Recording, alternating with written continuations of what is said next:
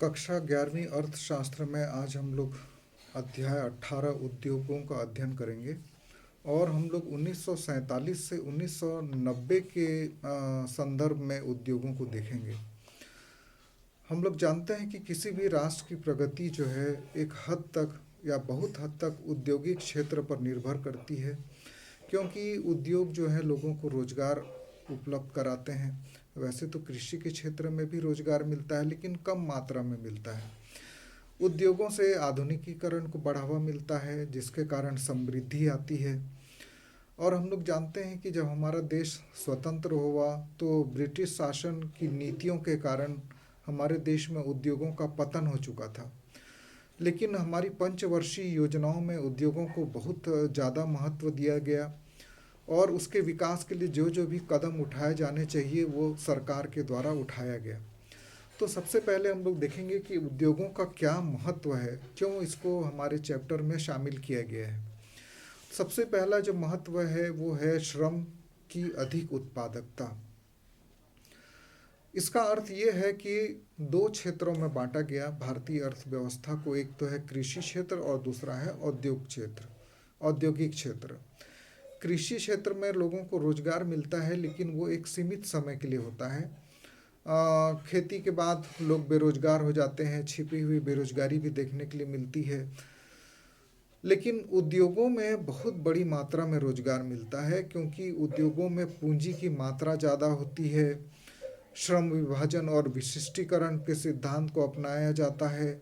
उत्पादन में निरंतरता रहती है और बड़े पैमाने पर बचत होती है। इसीलिए उद्योगों में अधिक मात्रा में रोजगार प्राप्त होता है। तो ये उद्योग का सबसे पहला महत्व है। और इसका दूसरा महत्व भी यही है कि रोजगार का स्रोत है। बहुत बड़े भारी संख्या में लोगों को उद्योगों से रोजगार मिलता है। तीसरा है कृषि के यंत्रीकृत साधनों का स्रोत। हम लोग जानते हैं कि स्वतंत्रता प्राप्ति के समय हमारे देश की कृषि की स्थिति बहुत दयनीय थी और उसका कारण था कि आधुनिक कृषि को न अपनाना, अर्थात आधुनिक यंत्रों को न अपनाना। बाद में हरित क्रांति जब आई तो आधुनिक यंत्रों को प्रोत्साहन दिया गया और आधुनिक यंत्र उद्योगों से ही प्राप्त होते हैं। जितने भी आपके ट्रैक्टर हैं, हार्वेस्टर हैं या जो अन्य मशीनें हैं, वो सब उद्योगों से मिलती हैं। तो उद्योगों के कारण ही कृषि की उत्पादकता में वृद्धि हुई, क्योंकि उद्योगों के द्वारा आधुनिक यंत्र कृषि क्षेत्र को उपलब्ध कराए गए।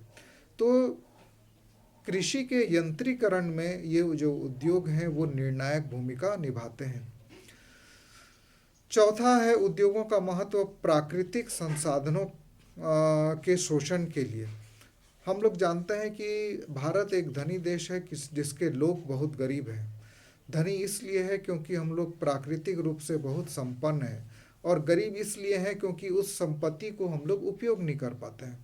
और उपयोग करने के लिए सबसे महत्वपूर्ण औजार उद्योग हैं। उद्योग लगाकर ही हम लोग अपनी प्राकृतिक संसाधनों का उपयोग कर सकते हैं। बिना उद्योग विकसित किए प्राकृतिक साधनों का उपयोग नहीं किया जा सकता। इसीलिए प्राकृतिक साधनों के उपयोग हेतु उद्योग बहुत आवश्यक है। पांचवा महत्व है विकास प्रक्रिया को गति प्रदान करना। उद्योग जो है वो विकास प्रक्रिया को गति प्रदान करते हैं। और उद्योगों के अभाव में केवल हम लोग खेती किसानी से केवल खाद्यान्न की पूर्ति कर सकते हैं, लेकिन आत्मनिर्भर होने के लिए, विकास को गति देने के लिए उद्योग बहुत आवश्यक हैं। उद्योग से ही हमें आधुनिक वस्तुएं मिलती हैं जिनसे हमारा जीवन स्तर ऊंचा उठता है, और इसको हम लोग अगले बिंदु में भी देखेंगे। छठवां बिंदु है जीवन स्तर का विकास। उद्योगों ने मानव जीवन के विकास में महत्वपूर्ण भूमिका निभाई है और लोग जो हैं अब जीवन की गुणवत्ता के लिए बहुत ज़्यादा सजग हैं। उपभोग प्रतिमानों के उच्च से उच्च स्तरों को प्राप्त करने के लिए प्रयासरत है और संसार की विभिन्न अर्थव्यवस्थाएं एक विश्वव्यापी अर्थव्यवस्था में समन्वित हो रही हैं, और हम लोगों ने वैश्वीकरण में भी इस बात को देखा था। तो इस प्रकार से हम लोग कह सकते हैं कि जो उद्योग हैं वो किसी भी देश की अर्थव्यवस्था में का आधार होते हैं। उद्योगों से ही देश के जो सकल घरेलू उत्पादन है उसमें वृद्धि होती है, उनका एक बहुत ही महत्वपूर्ण योगदान होता है। और जब देश की तरक्की, उद्योग तरक्की करते हैं तो देश की तरक्की होती है, और देश की तरक्की होती है तो देश में रहने वाले लोगों की भी तरक्की होती है। तो इस प्रकार से उद्योग जो है हमारे देश के लिए बहुत ही ज़्यादा महत्वपूर्ण है, लोगों को रोजगार भी उपलब्ध कराते हैं और साथ ही हमारे जीवन स्तर को भी ऊंचा उठाते हैं। अब हम लोग इसके अगले भाग को देखेंगे कि औद्योगिक विकास के लिए हमारे देश के नेताओं के द्वारा या सरकारों के द्वारा कौन सी रणनीति अपनाई गई। जब हमारा देश स्वतंत्र हुआ तो अंग्रेज़ों की नीतियों के कारण हमारे जो उद्योग थे वो ख़त्म हो चुके थे, और हमारे जो नीति निर्माता हैं उन्होंने औद्योगिकीकरण की आवश्यकता को महसूस किया। और उस समय हमारे लिए बहुत विकट परिस्थिति थी, क्योंकि पूंजी भी नहीं था हमारे देश में और बाज़ारों की भी कमी थी, और इसीलिए कुछ नीतियों को अपनाया गया, जिसमें पहला है मिश्रित अर्थव्यवस्था। मिश्रित अर्थव्यवस्था का अर्थात सार्वजनिक क्षेत्र को भी इस्तेमाल करना और निजी क्षेत्र को भी इस्तेमाल करना। सार्वजनिक क्षेत्र उन्हें कहते हैं जिन पर सरकार का नियंत्रण रहता है, और निजी क्षेत्र वो होते हैं जिन पर पूंजीपतियों का नियंत्रण रहता है। तो हमारी सरकार ने मिश्रित अर्थव्यवस्था को अपनाया, समाज में समता लाने के लिए, क्षेत्रों में समानता, क्षेत्रीय समानता लाने के लिए सार्वजनिक उद्योगों की स्थापना की गई, और वहीं निजी उद्योगों को क्या बोलते हैं नियंत्रण में भी रखा, ताकि उनका केंद्रीकरण न हो सके या वो अनुचित फायदा न उठा सके। तो इस प्रकार सार्वजनिक और निजी दोनों व्यवस्था का लाभ प्राप्त करने के लिए सरकार ने मिश्रित अर्थव्यवस्था को अपनाया। दूसरा है सार्वजनिक क्षेत्र का विस्तार किया, और उसका कारण था क्योंकि भारत की अधिकांश जनता जो है वो निर्धन और पिछड़ी हुई थी, और उनका उत्थान सार्वजनिक क्षेत्र के द्वारा ही संभव था, और निजी क्षेत्रों द्वारा उनकी उपेक्षा की जाती थी। तो इसीलिए सार्वजनिक क्षेत्र का विस्तार किया गया। दूसरा, प्राकृतिक संसाधनों के उचित विदोहन के लिए भी सार्वजनिक क्षेत्र का विस्तार आवश्यक था, क्योंकि हमारे देश में पर्याप्त मात्रा में प्राकृतिक संसाधन हैं और उनका उपयोग किए बिना हम लोग तरक्की नहीं कर सकते थे, इसीलिए सार्वजनिक क्षेत्रों की स्थापना की गई। तीसरा कारण था कि कई क्षेत्र ऐसे थे जो निजी क्षेत्र के सामर्थ्य से बाहर थे, उनके पास उतनी पूंजी नहीं थी, उतना बड़ा इंफ्रास्ट्रक्चर नहीं था जो वो उस व्यवसाय को कर सकते। तो उन क्षेत्रों के लिए सार्वजनिक क्षेत्रों का विस्तार किया गया।